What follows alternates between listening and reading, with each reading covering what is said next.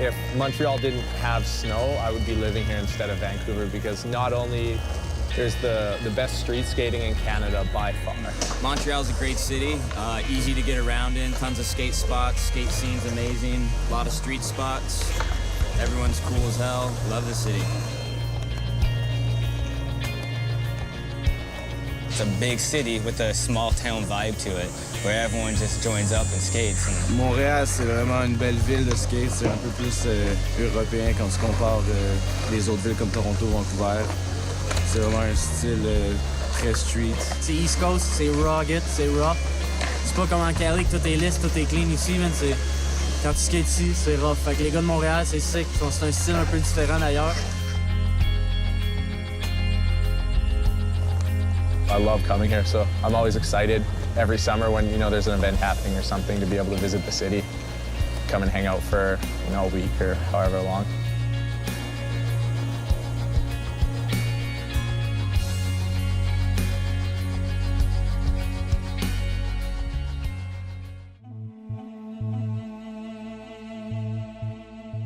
Salut tout le monde, bienvenue à la 6e édition du Empire Backyard Party présenté par Monster Energy et Vans, un événement unique où les meilleurs planchistes en Amérique du Nord attaqueront la rampe spécialement construite pour la plus importante compétition de skateboard au Canada.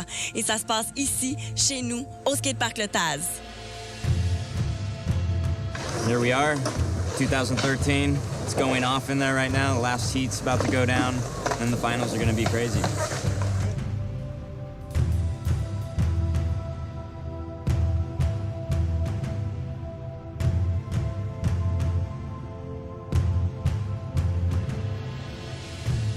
It's just an idea to have your good old style backyard skate session, have a mini or a pool or something. Everyone gather around, have some beers, have a good old time skate session, everyone close up. And then he started that off maybe a little bit, it was a little bit smaller, and then got bigger and bigger as the years went.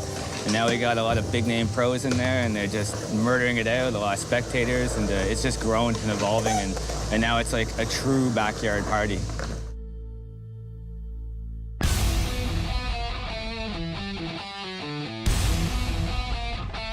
L'Empire Backyard Party a commencé en 2007. On a développé le concept de faire un environnement de cour arrière de maison, vu que le skate vient des pools. C'est du surf qui s'est transféré vers le pool riding.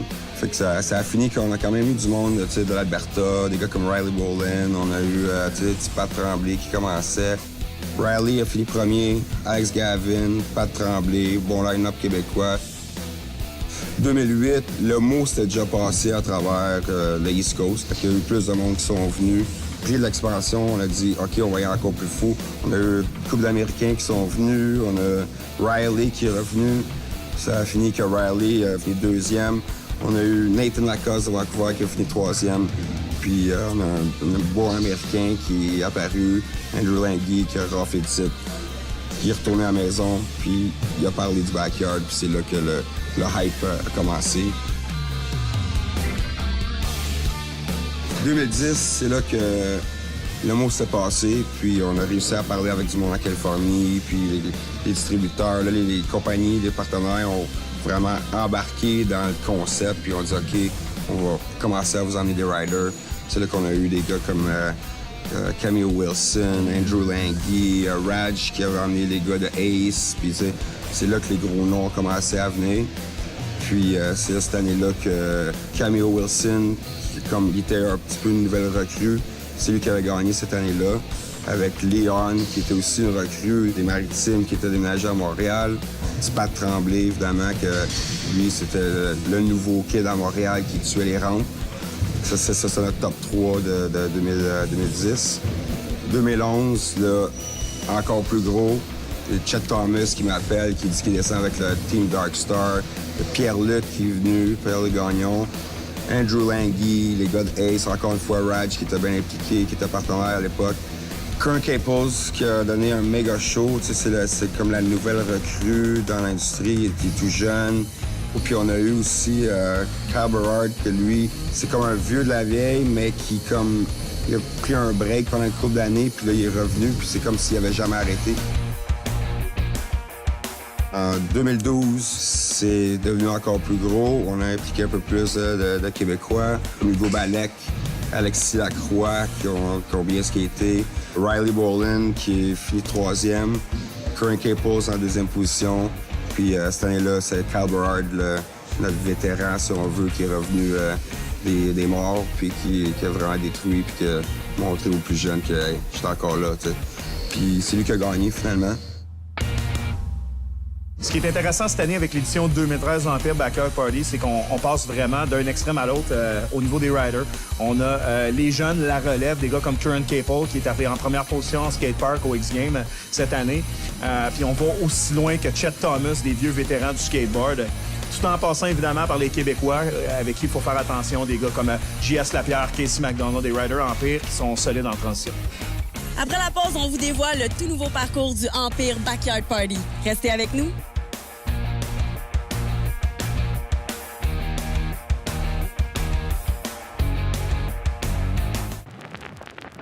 Dans le fond, le BYP, le projet original, c'est un projet qu'Éric Mercier avait fait dans le temps qu'il était marketing manager chez Vans Canada. L'évolution, ça a été, c'est parti d'un budget assez serré, un concept qui était très cool, évidemment. L'histoire du BYP derrière ça, c'est l'arrière-cour, le bol, le barbecue. Dans le temps, il allait jusqu'au point de dérouler du gazon frais. Sur les decks de la rampe pour vraiment ramener le concept comme si c'était une rampe dans le cours de chez quelqu'un. Fait que ça a fait beaucoup jaser, évidemment, quand tu prends une rampe et tu décores pour faire une ambiance extérieure, mais intérieure. Faut que tu sois assez pompé pour en arriver là. Évidemment, le fait que ce soit un événement de rampe, ça amène une dimension vraiment différente à cet événement-là. Ça amène un challenge au niveau de la construction, premièrement, parce que des rampes, c'est pas quelque chose qu'on voit beaucoup ici, surtout au Québec, là, dans le paysage urbain. Fait que Rick, étant un gars qui a comme une panoplie assez élevée de style de skate, il peut skater du vert, peut skater du bol, peut skater de la mini, lui, il voulait ramener quelque chose de différent.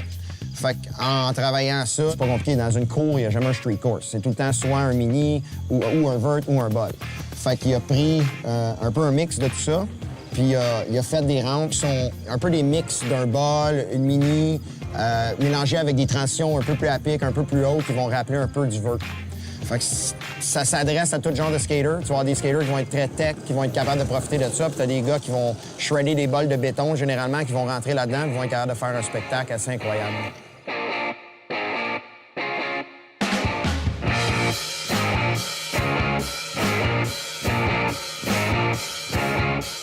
Dans le fond, la mini-rampe a 58 pieds de large avec un spine qui part de 5 pieds à 6 pieds, qui tombe dans un bol en coude. Dans la partie un peu plus éloignée, ça va de 6 pieds à 7 pieds, tout fermé. On a décidé de mettre les extensions qui étaient déjà existantes à 1 pied de haut. On les a montées à la même hauteur que la plateforme qui était en arrière, ce qui donne 8 pieds. On a rajouté du pool coping dessus pour que ça soit plus pool vibe puis que ça soit le style de piscine. On a rajouté 2 roll-in devant pour avoir la vitesse nécessaire pour blaster des airs puis avoir quelque chose de spectaculaire. Peinturer ça bleu, couleur piscine des années 70-80. On a mis la décoration, les clôtures. On a fait une cour arrière, des fois.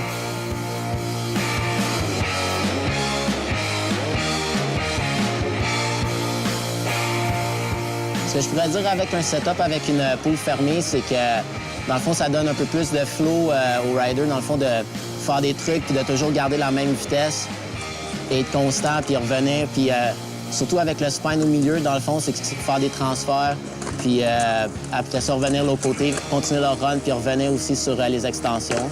It's brought everyone very close to the action. Like everyone's almost standing on top of the ramp, so they get a good perspective. They get to feel like they're part of everything, and that's the whole aspect of backyard. Like it's not to have people standing 400 feet away in a crowd or up in a stadium and no one's allowed there.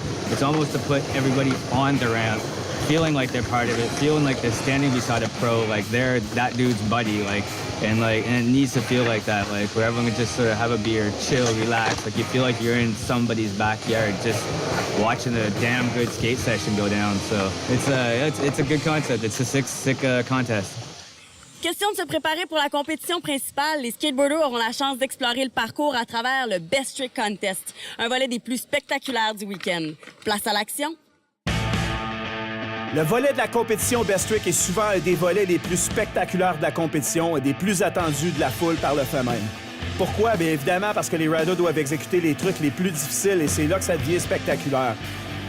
Cette année, on a eu la chance de travailler avec Creature Skateboard, une compagnie californienne qui nous a permis de dessiner 2 modules bien spéciaux pour la rampe de l'édition 2013 du Empire Backyard Party. L'ajout de ces 2 obstacles rajoute un niveau de difficulté supplémentaire à tous les skateboarders qui doivent souvent se reprendre à plusieurs reprises avant d'avoir un essai concluant.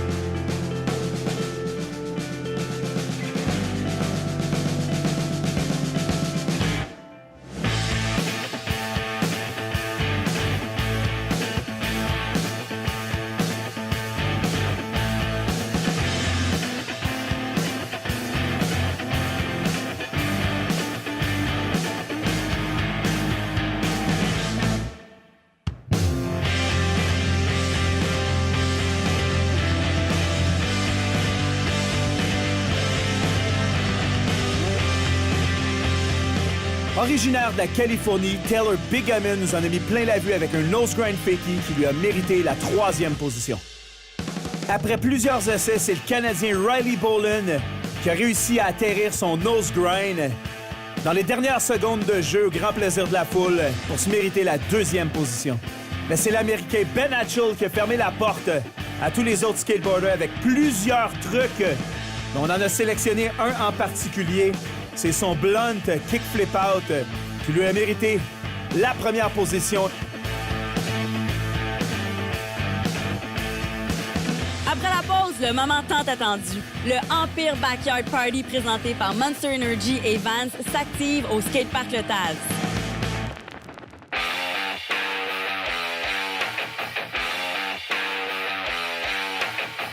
Les 10 meilleurs skateboarders du week-end se disputeront la bourse de 20 000 $ qui s'étalera sur les 8 premières positions.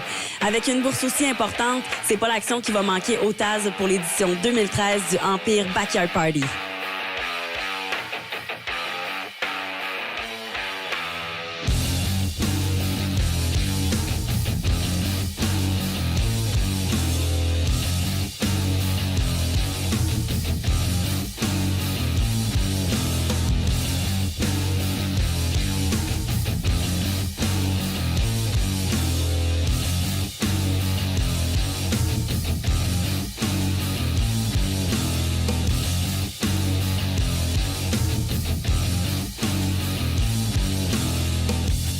Après la période de qualification, les juges ont sélectionné 30 des meilleurs skateboarders, plusieurs d'entre eux étant des Québécois, qui vont s'illustrer dans une des 7 vagues de la semi-finale.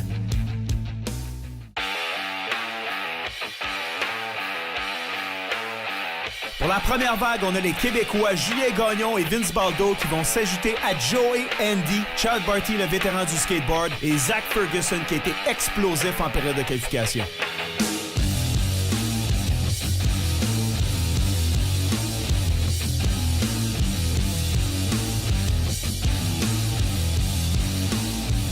Zach Ferguson, jusqu'à maintenant, un des favoris de la foule, à toute vitesse dans le ball, les cheveux dans le vent avec un backside lip spectaculaire.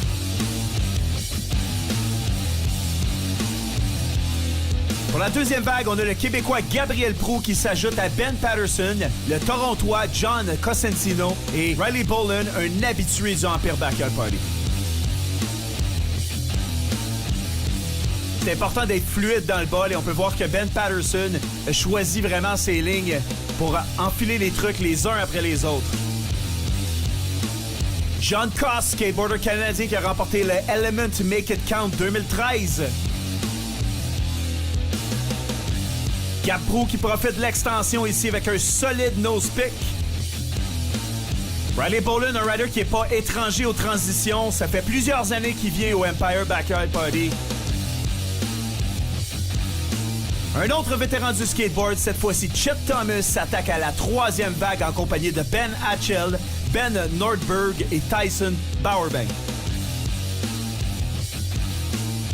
Malgré le fait qu'il a quitté le circuit de compétition depuis bien longtemps, Chet Thomas fait toujours un plaisir de revenir à Montréal. On le voit ici avec un backside 360 kickflip. Le gagnant du Best Trick, Ben Hatchell, trouve des lignes surprenantes et impressionne les juges qui devraient le propulser en finale. La 4e vague avec Cameo Wilson, Louis Lopez, Mark Appleyard et Taylor Bigaman.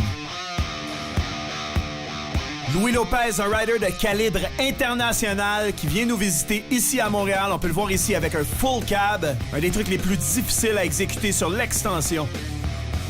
Taylor Bigaman qui a bien compris la formule de la semi-finale et qui exploite les nombreuses possibilités qui s'offrent à lui. Certainement l'une des plus excitantes, la 5e vague était très attendue par le public avec les Québécois Philippe Dulude, Casey McDonald, mais aussi les riders internationaux Ryan DeCenzo et Sean L. Ryan DeCenzo, un Canadien, définitivement un des gars à surveiller aujourd'hui, un skateur de niveau international. Ce qui est plaisant aujourd'hui au Backyard Party, c'est qu'on passe des vétérans à la future génération de skateboarders. Philippe Dulude, 14 ans, rider Empire. Une fois de plus, il y a plusieurs Québécois qui se rajoutent dans la vague numéro 6. Pat Tremblay, Hugo Balek, Connor Neeson s'ajoutent à Adam Hopkins et Jaden Bono. Jaden Bono nous montre son savoir-faire sur la spine avec un backside 360 nose grab.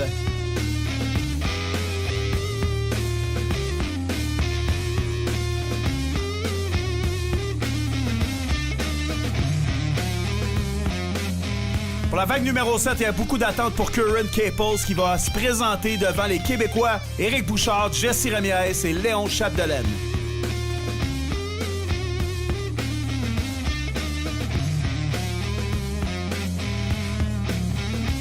Probablement le rider qui a le plus de pression aujourd'hui au Backyard Party, c'est Curran Caples.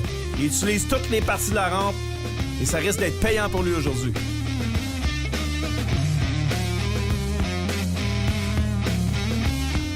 Alors pour la grande finale, le format reste sensiblement le même que la semi-finale. 2 vagues de 5 skateboarders qui auront 15 minutes pour démontrer leur savoir-faire et on va les positionner de la première à la 10e position. Cameo Wilson qui trouve une manière intéressante de débuter son passage avec un kickflip du deck jusqu'à la transition de la rampe.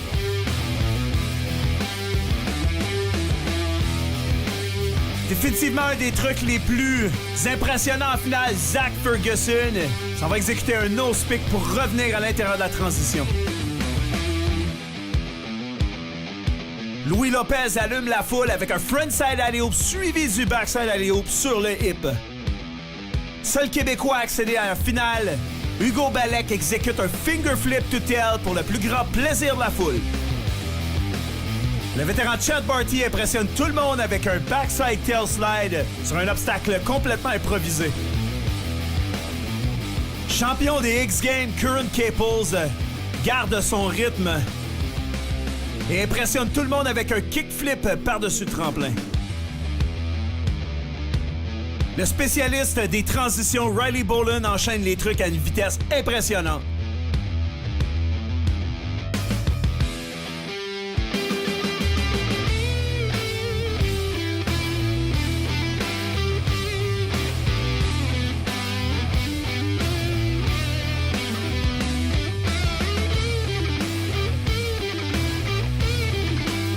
John Cosentino maximise son passage avec, entre autres, un frontside flip disaster.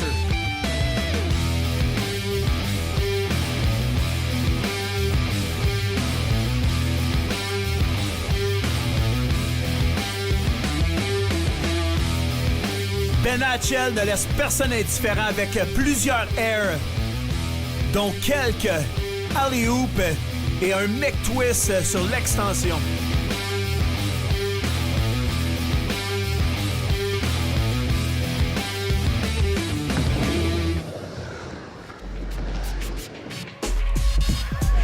right, in third place with $2,500. Riley Bolden. In second place, John Constantino. Let's go, let's go, let's go, let's go. Everyone listening, give it up, Montreal. Van Hatchel, first place, $6,000. That's right. And we're with Ben Hatchel, 2013 champion. How does it feel, Ben, to be on top and to bring back the award in your own country? It feels great. It's my first time coming to the BYP contest, and it was a great time overall. Montreal is a great place to be. Sounds good. Well, congratulations again on that win, and hopefully we'll see you in the future. Yeah, definitely. Thanks. C'est déjà terminé pour le Empire Backyard Party, mais rangez pas vos skates tout de suite. Pratiquez parce que l'année prochaine, on sera de retour et qui sait, vous ferez peut-être partie de l'action. D'ici là, n'hésitez pas d'explorer le site officiel du Backyard Party pour en connaître davantage sur cet événement unique en Amérique du Nord. Bon skate tout le monde!